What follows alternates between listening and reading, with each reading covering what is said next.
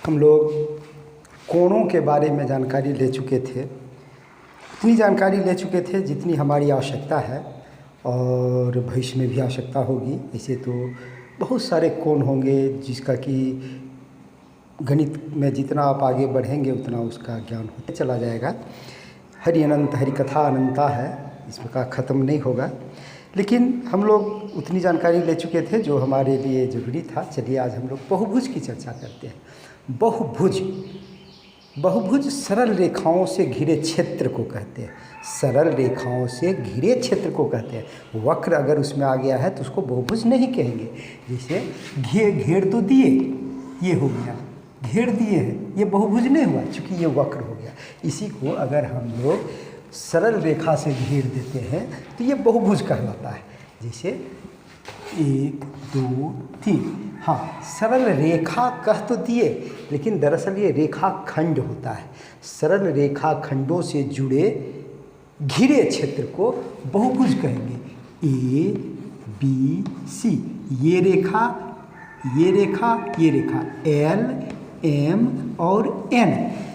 L पर A भी था और C भी था, तो L पर 2 बिंदु A और C, N पर बिंदु C भी था, तो यह C दोनों बिंदु का कॉमन बिंदु हो गया, इसलिए यहाँ पर ये मिल गया।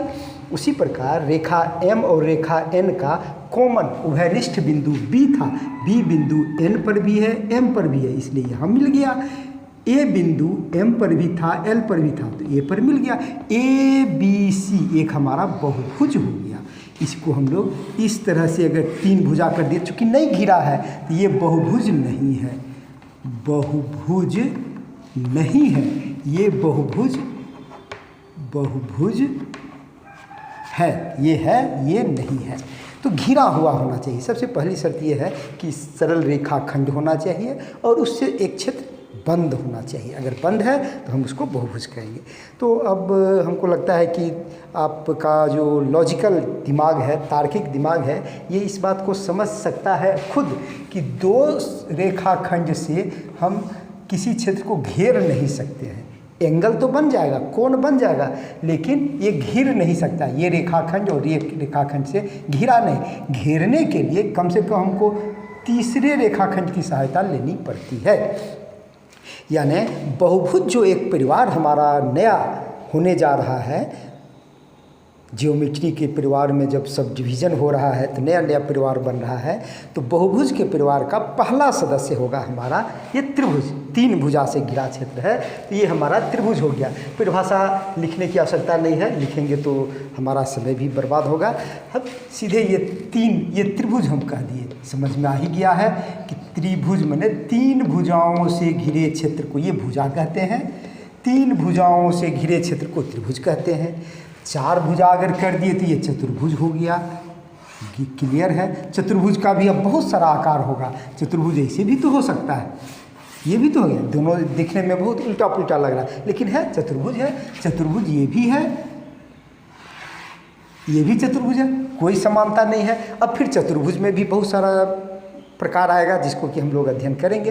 तो आइए एक चीज़ और यहाँ पर हम लोग जब त्रिभुज के बारे में पढ़ लिए तो थोड़ी सी और जानकारी ले लेते हैं। कोण को हम लोग समझ चुके हैं कि कोण 60 डिग्री 70 डिग्री 80 90 हम लोग प्रोट्रैक्टर से उसका मेजरमेंट करते हैं, उसका मापन करते हैं। त्रिभुज का सभी को, त्रिभुज बहुत तरह से हो सकता है, त्रिभुज भी अनेक तरीके से हो सकता है। ये हो गया त्रिभुज, 3 भुजा तो है ही, ये भी त्रिभुज था, ये भी त्रिभुज है, ये भी त्रिभुज है। तो हम देख रहे हैं कि त्रिभुज में भी फिर बहुत सारा प्रकार आएगा जिसकी चर्चा हम लोग करेंगे। लेकिन यहाँ पर हम लोग यह देखते हैं, कोई भी त्रिभुज रहेगा, किसी भी प्रकार का त्रिभुज रहेगा, ये तीनों कोणों का योग 1 2 3, 1 2 3, ये तीनों कोणों का योग 1 2 3, तीनों कोणों का ये एंगल 1 जोड़ एंगल 2 जोड़ एंगल 3, ये तीनों 180 डिग्री होता है। इसको आप याद रख लीजिए। कुछ चीज़ को याद रख लेना ज़्यादा बेहतर है, क्योंकि इसको जब समझने हम कहेंगे कि कैसे होता है तो ये आपको 9th क्लास 10 क्लास में समझा दिया जाएगा, बिल्कुल स्पष्ट हो जाएगा कि त्रिभुज का तीनों कोण मिल करके 180 डिग्री होता है। अभी आपकी जानकारी के लिए ये याद रख लीजिए तो अच्छा रहेगा, क्योंकि इसके बाद फिर हम एक जानकारी दे रहे हैं। चलिए देखते हैं चतुर्भुज का चारों कोण मिल करके कितना होता है। चतुर्भुज भी हम लोग देख चुके हैं, तो आइए देखते हैं कि चतुर्भुज का चारों कोण मिल करके कितना होगा। मिटा दें इसको। आइए, चतुर्भुज का चारों कोण मिलकर के, चतुर्भुज यानी 4 भुजाओं से घिरे क्षेत्र को चतुर्भुज कहते हैं। पंचभुज 5 भुजाओं से घिरे क्षेत्र को पंचभुज कहते हैं। तो चतुर्भुज का हम लोग एक चर्चा करते हैं। चलिए, अब इसके सभी कोण मिलकर के कितने होंगे ये हमको जानकारी लेनी है।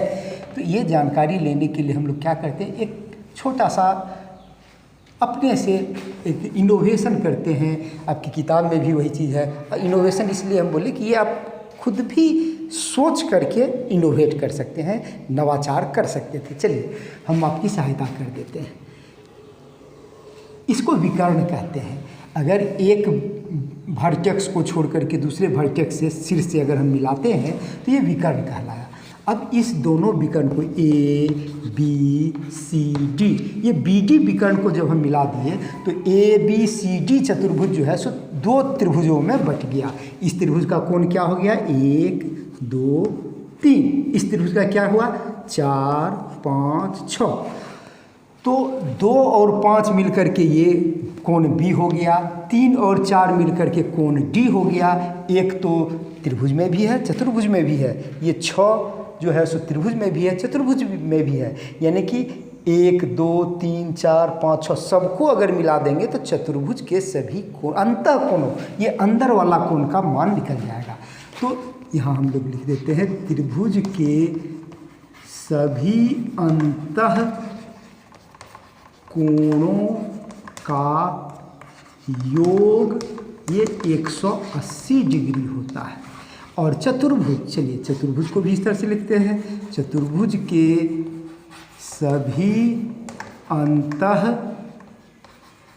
कोणों का योग कितना हो जाएगा, तो ये तो 180 यहाँ हो ही गया, और ये 4 5 6 मिल करके भी 180 हो गया। यानी कि ये दोनों मिल करके, ये सब मिल करके 360 हो गया। ये हो गया 180 प्लस 180 बराबर 360। ये याद रखने की बात है, इसको समझ जाइएगा तो खुद अपने से भी डिराइव कर सकते हैं। पंचभुज की भी चर्चा कर लेते हैं थोड़ा सा, एक कदम आगे बढ़ने में क्या हर्ज है। चलिए अगर हम पंचभुज बना लेते हैं, 1 2 3 4 5 पंचभुज हो गया। तो हम लोग इसमें कितना त्रिभुज बना सकते हैं, कितने विकर्ण, एक ही शीर्ष से अलग अलग विकर्ण को मिलाते हैं तो देखते हैं क्या त्रिभुज बनता है। चलिए इस शीर्ष को हम लोग लेते हैं, ये शीर्ष होता है, ये भुजाएं हो जाती हैं, ये सब भुजाएं हैं, और जितना कोना कोना बना ये सब शीर्ष है।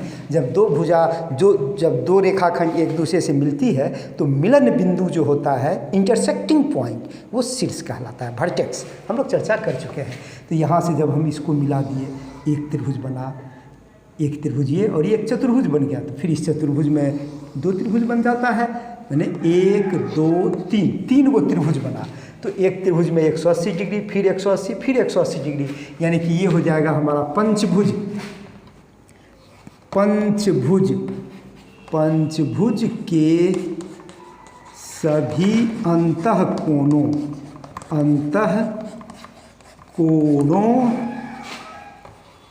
का योग ये बराबर हो गया 180 180 180, 18 तिया 54 बराबर ये हो गया 540 डिग्री ये होता है।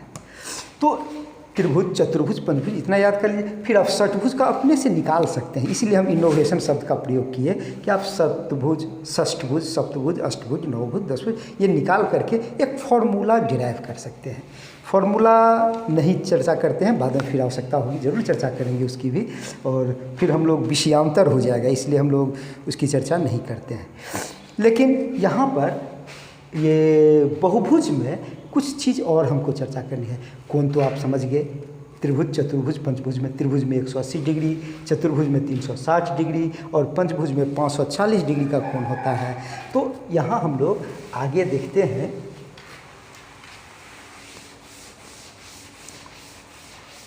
त्रिभुज, फिर से त्रिभुज की चर्चा करते हैं।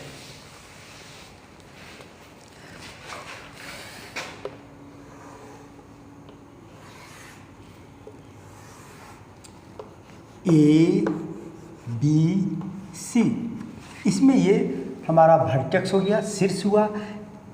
इसके सामने की भुजा को, BC को, कोण ए की सम्मुख भुजा, कोण ए की, अब इसका हम परिचय करा रहे हैं, चूँकि सब परिचय जानना चाहिए। त्रिभुज, एक त्रिभुज का कर देंगे तो हर त्रिभुज में आप खोज लेंगे कि क्या कहते हैं। त्रिभुज ए की सम्मुख भुजा, सम्मुख भुजा, भुजा इसके सामने की भुजा BC कहलाती है। ABC में ए को हटा दीजिए तो BC, भुजा BC है। कोण B, कोण B की सम्मुख भुजा क्या हो जाएगी?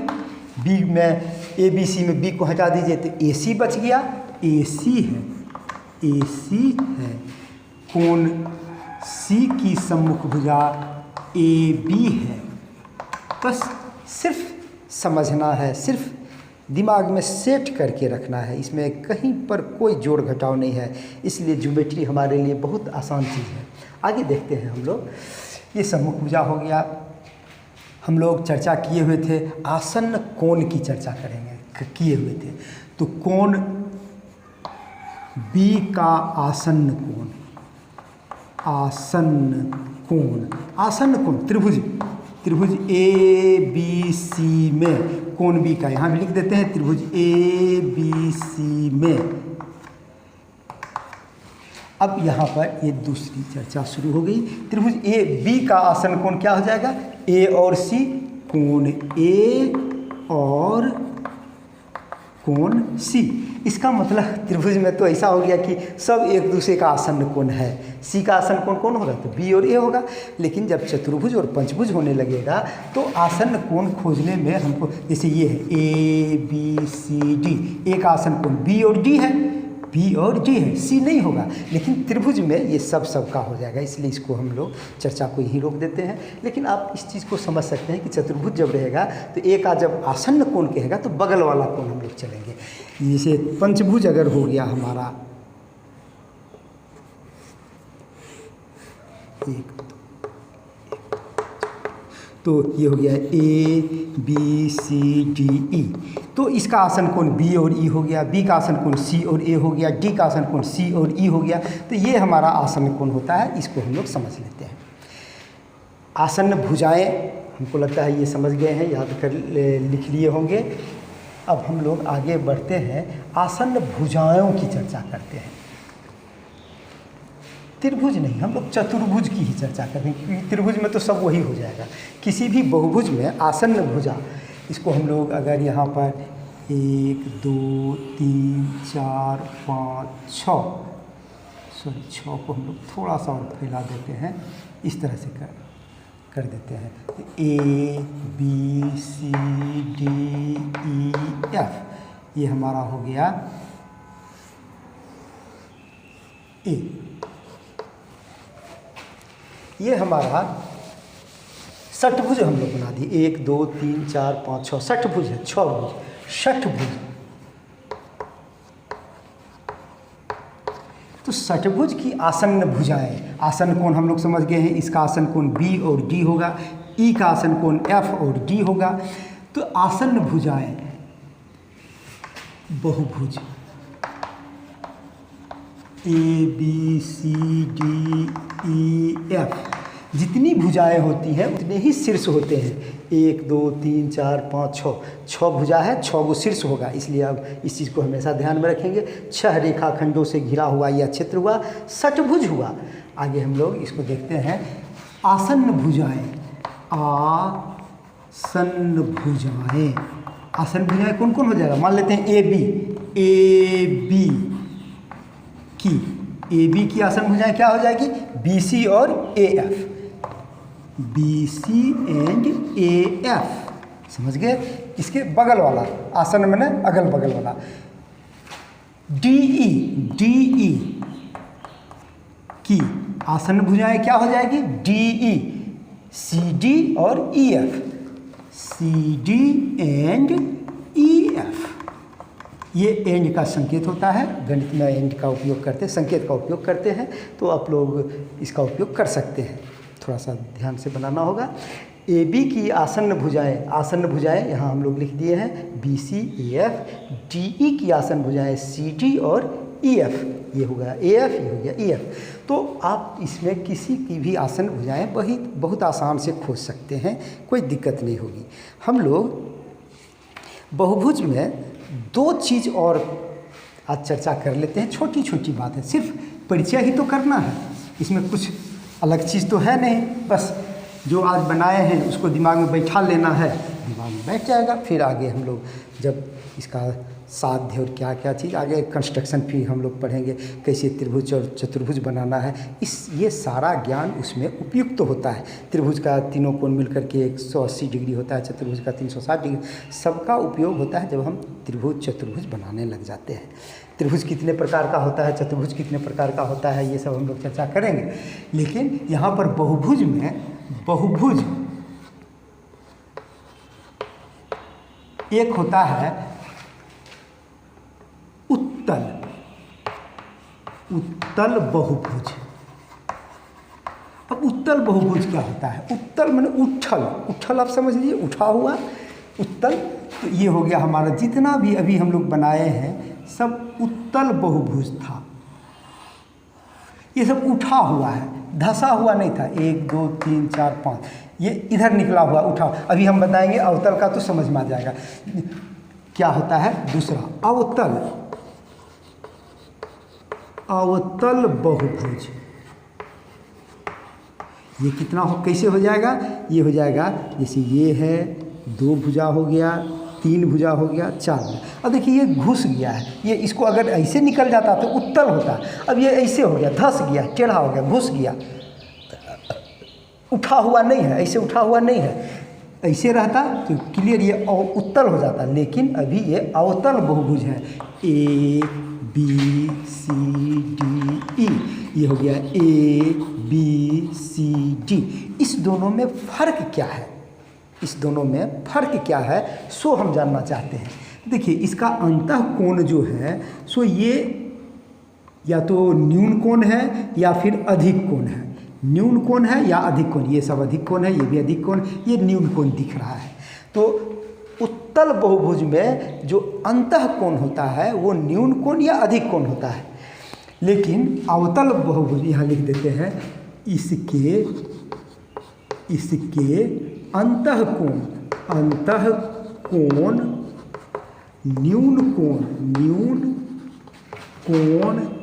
या अधिक कोण होते हैं, अधिक कोण होते हैं। इसमें क्या होता है, ये कोण जो बना सो इतना बड़ा बन गया। ये सब देख रहे हैं, ये छोटा था, 180 से छोटा था। इसको अगर सीधे बढ़ाएंगे तब नहीं इतना 180 होगा, इसको सीधे बढ़ाएंगे तो 180 नहीं पूरा था ये। और ये हम देख रहे हैं कि सीधे बढ़ा भी दिए, इसके बाद भी क्रॉस करके यहाँ आ गया, माने 180 से अधिक हो गया। पूर्ण कोण तो नहीं बना, 360 नहीं बनेगा, 360 तो फिर यही रेखा हो जाती। तो ये क्या हो गया, 180 से बड़ा हो गया। इस तरह के कोण को हम लोग रिफ्लेक्सिव एंगल कहते हैं, प्रतिवर्ती कोण कहते हैं। इसका एक कोण, इसके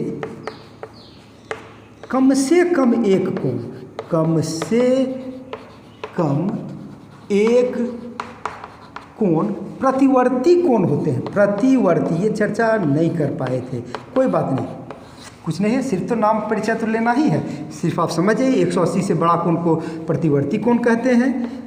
कोण होता है यानी कि प्रतिवर्ती कोण, एक लाइन लिख देते हैं, प्रतिवर्ती कोण जो होता है ये 180 से बड़ा होता है, 180 डिग्री से बड़ा होता है। यानी कि ये एंगल एगो 100, अंतः कोण ये न हुआ, ये तो बहिष्कोण हो गया, अंतः कोण 180 डिग्री से बड़ा होगा। तो इस तरह से हम लोग बहुभुज में हम लोग देखें कि उत्तल बहुभुज होता है और अवतल बहुभुज होता है। अवतल बहुभुज में प्रतिवर्ती कोण एक कम से कम एगो प्रतिवर्ती कोण होगा, तब न घुस पाएगा। इसी 2 भुजा को इधर नहीं निकाल करके अगर हम ऐसे निकाल देते, ऐसे, तो ये हमारा प्रतिवर्ती कोण हो जाता है, 180 डिग्री से ज़्यादा हो जाता, तो ये हमारा अवतल हो जाता। लेकिन ये जब बाहर किए थे तो उत्तल है। चलिए ये हम लोग समझ गए हैं। आगे हम लोग एक चीज़ और देखते हैं। बहुभुज की चर्चा थोड़ी सी और करके आज हम लोग इसको समाप्त कर देते हैं। फिर आगे हम लोग देखेंगे, बहुभुज के प्रकार देखेंगे हम लोग। इसमें हम लोग देखते हैं जैसे त्रिभुज है, तीनों भुजा बराबर है। चतुर्भुज है, चारों भुजा बराबर है, ये भी हो गया। और इसमें भी हम देखते हैं कि चारों भुजा, ये दोनों बराबर है। फिर इतना ही बड़ा इधर निकाल दें, इतना ही बड़ा इतना, ये सम है। सम चतुर्भुज है, सम है, इसको कहते हैं सम बहुभुज, सम पंचभुज, सम त्रिभुज। ये सम त्रिभुज नहीं कहेंगे, इसको कहेंगे समबाहु त्रिभुज, और इसको कहेंगे वर्ग कहते हैं। लेकिन सम बहुभुज, सम चतुर्भुज, सम चतुर्भुज इसको कह सकते हैं, ये भी सम चतुर्भुज है, 4 भुजा है। इसी प्रकार अगर हम लोग पंचभुज में अगर करते हैं और अगर पांचों भुजा को बराबर कर देते हैं, बराबर करना थोड़ा सा दिक्कत है हाथ से, लेकिन कोई बात नहीं है, हम लोग प्रयास तो कर सकते हैं। ये सम पंचभुज हो गया। तो सम पंचभुज में ये हमारा हो गया 5 भुजा है, इसलिए इसको कहेंगे सम पंचभुज। इसको कहेंगे सम चतुर्भुज। ये भी हो गया हमारा सम चतुर्भुज, जिसकी चारों भुजा बराबर है और 4 भुजा है और सभी बराबर है, सम चतुर्भुज। 5 भुजा है और सब बराबर है, सम पंचभुज। 6 भुजा है, सब बराबर है, सम षष्ठभुज। इसको कहते हैं रेगुलर पॉलीगॉन, सम बहुभुज, सम बहुभुज, regular polygon, regular polygon. Clear है। अंग्रेजी शब्द हम लोग इसलिए लेते चलते हैं, आप समझ गए हैं कि अंत में गणित में अंग्रेजी शब्द का उपयोग होते रहता है, तो इसको भी आप रेगुलर पॉलीगॉन ये सब समझते चलिए। परिचय सत्र हमारा चल रहा है और लगता है कि 6ठा 7वां ये सब परिचय ही है, इसलिए ज्योमेट्री बहुत आसान चीज़ है। धन्यवाद। हम लोग फिर अगले सत्र में मिलेंगे।